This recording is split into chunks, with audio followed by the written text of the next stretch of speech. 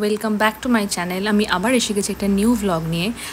এবছর রথের সময় মাহেশে যেতে পারিনি, কিন্তু তাতেও আমার কিন্তু লস হয়নি। আমার একজন স্টুডেন্টের মামার বাড়ি আমার শ্বশুরবাড়ির কাছে, তাদের বাড়িতে আমাদের ইনভিটেশন ছিল রথযাত্রার জন্য। এখানে সবাই স্বপন ব্যানার্জিকে এক নামে চেনে এবং তাদের পরিবারের যে আতিথেয়তা আমি পেয়েছি সবাই মিলে সকাল সকাল হাজির হয়ে গেছিলাম তাদের বাড়িতে। আর গিয়ে দেখলাম যে তখনও ওদের অঞ্জলি হয়নি। যেহেতু সকাল থেকে কিছু খাইনি, তো একটা স্কোপ পেয়ে গেলাম অঞ্জলি দেওয়ার জন্য। আর আমার স্টুডেন্ট সেটাই ভিডিও করছিল।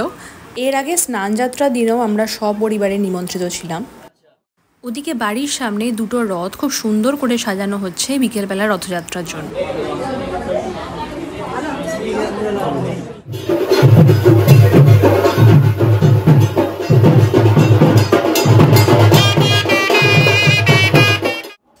রথে ওঠার আগে জগন্নাথ বলরাম সুভদ্রাকে খুব সুন্দর করে সাজিয়ে দিচ্ছেন নিজের হাতে। এটা যেন একটা অন্যরকম বেশ। তারপর তাদেরকে নিয়ে যাওয়া হবে রথে। এই বছরের রথের সময় শ্রীরামপুরে থাকবো না বলে বেশ মন খারাপই করছিল, কিন্তু তাও আমাকে জগন্নাথ ঠিক তার নিজের কাছে ডেকে নিয়েছে। এই যে বেশগুলো এগুলো নামছে, এগুলো সাজানো হবে সুন্দর করে। এগুলো শুধুমাত্র জগন্নাথ বলরাম সুভদ্রার জন্য স্পেশালি বানানো হয়। এইগুলো পরানো হয় রথে তোলার আগে। এবং সবথেকে ইন্টারেস্টিং পার্ট হচ্ছে যে বিগ্রহগুলো দেখছেন সেগুলো কিন্তু অরিজিনালি পুরী থেকে আসা। আসলে ওখানকার যিনি মেন পুরোহিত আছেন তিনি তার শিষ্যকে এগুলো উপহার দিয়েছেন। প্রত্যেক বাড়িতেই কোনো না কোনো অনুষ্ঠানের জন্য সবাই মিলিত হয়। আর এখানে এসে আমার ঠিক আমাদের বাড়ির জন্মাষ্টমীর কথা মনে পড়ে যাচ্ছিল। ছোটোবেলা থেকে জন্মাষ্টমীর জন্য বাড়িতে একটা হই হুল্লোড় হতো যেন। সমস্ত বন্ধুরা আসতো, সবাই মিলে আড্ডা মারতাম। এখন যত বড় হলাম, যত সব মানুষেরা আলাদা হয়ে গেলাম, পুজোগুলো আস্তে আস্তে কমে যেতে শুরু করেছে। কিন্তু এখনও কিছু কিছু বাড়িতে এরকম কিছু রিচুয়ালস আছে এবং সেখানেতে পরিবারের সবাই মিলে আনন্দ উপভোগ করে।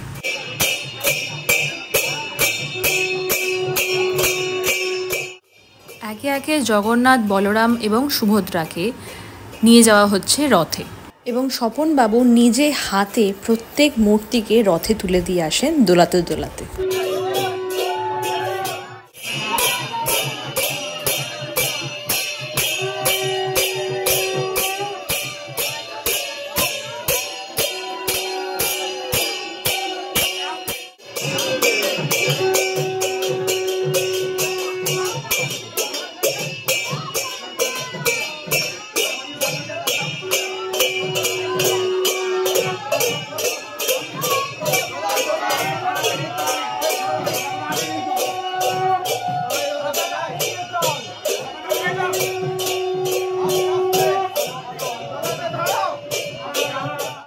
এত বড় আয়োজন করা কিন্তু চারটিখানি কথা নয়। এত মানুষের মাঝখানেতে এত সুন্দরভাবে নিষ্ঠা ভরে পুজো করা এবং পুরোটাই নিজের হাতে করা। বিশেষ করে সমস্ত মূর্তিকে নিজের কোলে করে নিয়ে গিয়ে রথে তুলে দেওয়া, যেন নিজের সন্তানের মতো।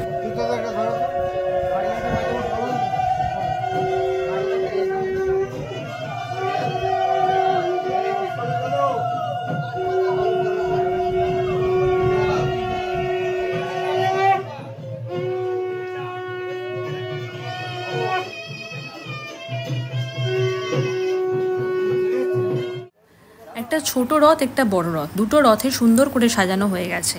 এরপরে চলে এলাম খাওয়ার জায়গায়। এখানেতে সারা পাড়ার লোকের নিমন্ত্রণ ছিল।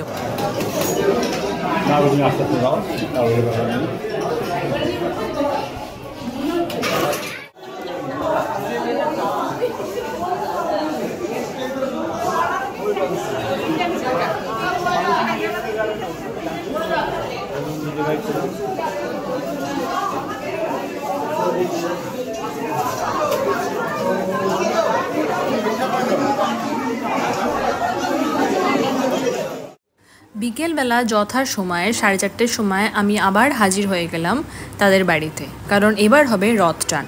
রথ টানটা ঠিক শুরু হবে বাড়ি থেকে। এটা বেলুড় স্টেশন রোডের কাছে। তো বেলুড় স্টেশন রোড ধরে জিটি রোডে হয়ে সোজা যাবে কল্যাণেশ্বর মন্দিরেতে।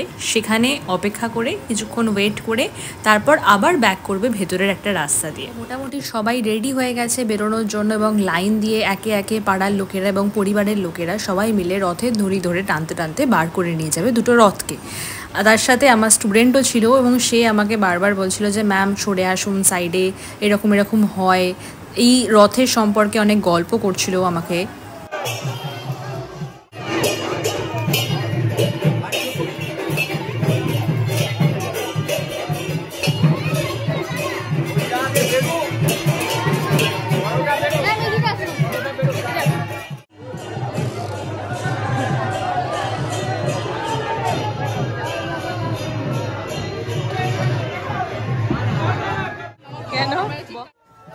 আমি আর আমার স্টুডেন্ট মিলে কিছুটা ছবি এবং ভিডিও করছিলাম। অ্যাকচুয়ালি ও হচ্ছে আমার কলেজের একদম সবথেকে কি বলবো, খুব কিউট একটা স্টুডেন্ট, যাকে আমি খুব বকতামও, কিন্তু এত সুইট সে, চিরকালই আমার কথা শুনে এসেছে এবং ওরা এখন সিনিয়র মোস্ট কলেজের মধ্যে। স্টিল ও খুব কষ্ট পেয়েছিল যখন আমি স্নান যাত্রার দিনকে আসতে পারিনি বলে, কিন্তু আমি ওর প্রমিস করেছিলাম যে আমি অবশ্যই আসবো, রথ টানবো, সেই প্রমিস আমি রেখেছি এবং এসেছি।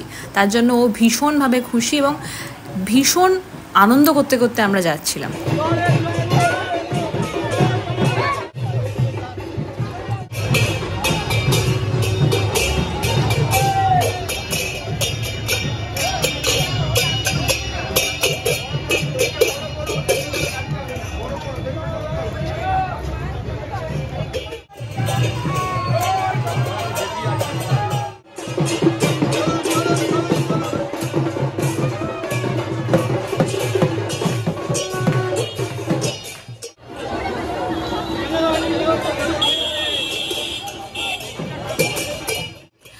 অদ্ভুত ব্যাপার, প্রথমে কিন্তু আমি খুব একটা রথ টানছিলাম না, কিন্তু কেউ না কেউ আমাকে ডেকে বারবার রথের দড়িটা ধরিয়ে দিচ্ছিল। যাওয়ার সময় আমি ছোট রথটা টানতে টানতে নিয়ে গেছি, প্রায় অনেকটা পুরো রাস্তাটাই আমি নিয়ে গেছি। এবং ফেরার সময় যেটা হলো, ফেরার সময়ও আমাকে কেউ ডেকে একজন বড় রথটা ধরিয়ে দিল। হয়তো জগন্নাথের ইচ্ছা ছিল যে তুমি রথ টানবে। আর এবছর আমার যেন মনে হচ্ছে জগন্নাথ আমাকে বারবার কিছু না কিছু হিন্টস দিচ্ছে যে আমি পুরী ঘুরতে গেলাম, তারপর আমি এখানে এলাম।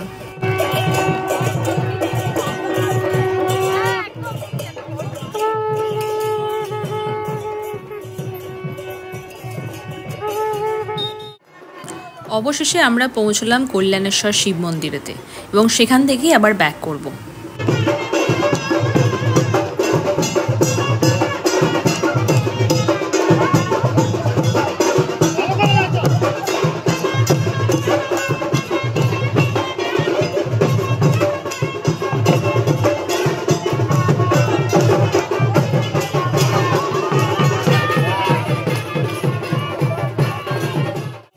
ফেরার সময়ও সবাই মিলে নাচতে নাচতে আনন্দ করতে করতে চললাম।